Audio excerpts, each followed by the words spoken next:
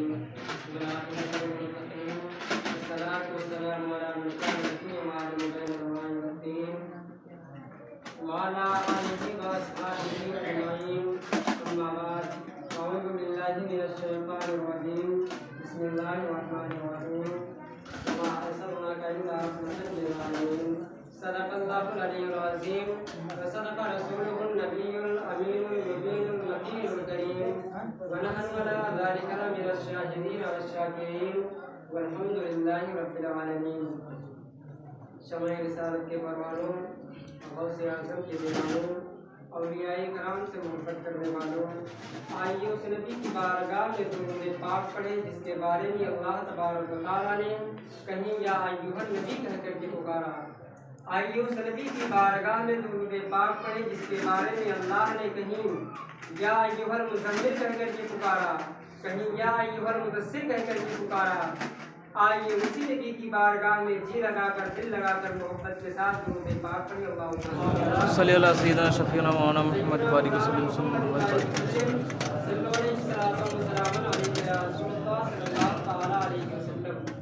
گلشن قدس کی بہاروں میں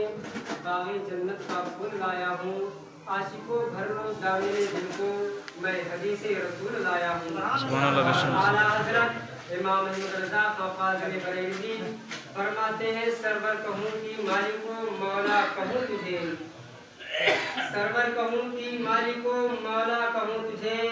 باغ خلیل کا گلے زیبا کہوں تجھے. اللہ نے تیرے جسم منور کی تابش ہے، اے جانے جامع جانے تجلا کہوں تجھے، اے جانے جامع جانے تجلا کہوں تجھے. لیکن غزالی ختم سخن اس نے کر دیا، خالق کا بندہ خلق کا آقا کہوں تجھے. اور اعلیٰ حضرت عظیم البرکت مجدد ملت عالم قرآن و سنت ماہی کفر و ضلالت معمار ملت کنز الکرامت جبر الاستقامت غواص بحر معرفت اچھے رضا پیارے رضا اعلیٰ رضا بالا رضا نرالا رضا امام احمد رضا خان علیہ رحمت و رضوان، سنیت کی جان بریلیت کی شان، علم کے چٹان صاحب کنز الایمان. محبت سے بول دو سبحان اللہ. شہنشاہ ان کے سخن شہر یار فکر و فن محبوب محب پنجتن آبرو اہل سنن فخر زمین و زمن آیت من آیات اللہ معجزت من معجزات رسول اللہ والی باللہ باقی باللہ عاشق رسول اللہ مجدد نیت ماضیہ مغید ملت طاہرہ صاحب تصنیفات کثیرہ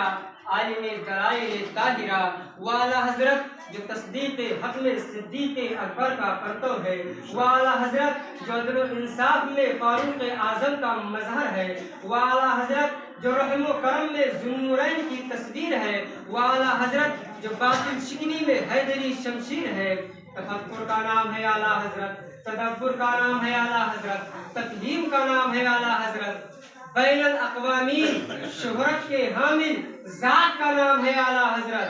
استفتاء کے باریک بینی کا نام ہے اعلیٰ حضرت، امام غزالی کے شان تصور کا نام ہے اعلیٰ حضرت، اللہ کی نشانیوں میں سے ایک نشانی کا نام ہے اعلیٰ حضرت، میرے نبی کے بے شمار معجزوں میں سے ایک معجزے کا نام ہے اعلیٰ حضرت. خود فرماتے ہیں اعلیٰ حضرت جان عشق مصطفیٰ روز وضو کرے خدا، جس کو ہو درد کا مزہ ناز دوا اٹھائے کیوں. اور جب اس دار فانی سے دار بقا کی طرف کوچ کرنے لگے تو اعلیٰ حضرت یوں کہتے ہوئے چلے لحد میں عشق رخیشہ کا داغ لے کے چلے، اندھیری رات سنی تھی چراغ لے کے چلے. اعلیٰ حضرت امام احمد رضا خان فاضل بریلوی فرماتے ہیں صبح طیبہ میں ہوئی بڑھتا ہے باڑا نور کا، صدقہ لینے نور کا آیا ہے تارا نور کا. چاند جھک جاتا جدھر انگلی اٹھاتے مہد میں، کیا ہی چلتا تھا اشاروں پر کھلونا نور کا. سبحان اللہ. بے شک اعلیٰ حضرت نے تو رخ مصطفیٰ کو ایک ہی شعر میں بیان فرما دیا. فرماتے ہیں قاف یسو ہا دہن یا ابرو آنکھیں عین ساتھ، قاف ہا یا عین ساتھ ان کا ہے چہرہ نور کا. یہ جو مہر پہ ہے اطلاق عطا نور کا، بھیجتے تیرے نام کی ہے استعارہ نور کا، سبحان اللہ بے شک سن بھیک تیرے نام کی ہے استعارہ نور کا۔ اب ایک حدیث پاک سماعت فرمائے، بخاری شریف کی حدیث پاک ہے، ان عروہ صحیبۃ مولا دلی ابی لہب کان ابو لہب اتتہا فرزاد النبی صلی اللہ تعالی علیہ وسلم فلما مات ابو لہب اریہ بعض اہل بشر بھیا قیل لهم بعد لقیت قال لا ملک بعدکم خیرا انا سقیت فی هذه الصحیفہ الى آخر الحدیث۔ اس حدیث پاک کے راوی ہے حضرت عروہ رضی اللہ تعالی عنہ، وہ فرماتے ہیں کہ صہیبہ نام کی ایک خاتون تھی، صہیبہ نام کی ایک خاتون تھی۔ یہ کون تھی؟ ابو لہب کی باندی تھی، ابو لہب کی خادمہ تھی۔ اور ابو لہب کون تھا؟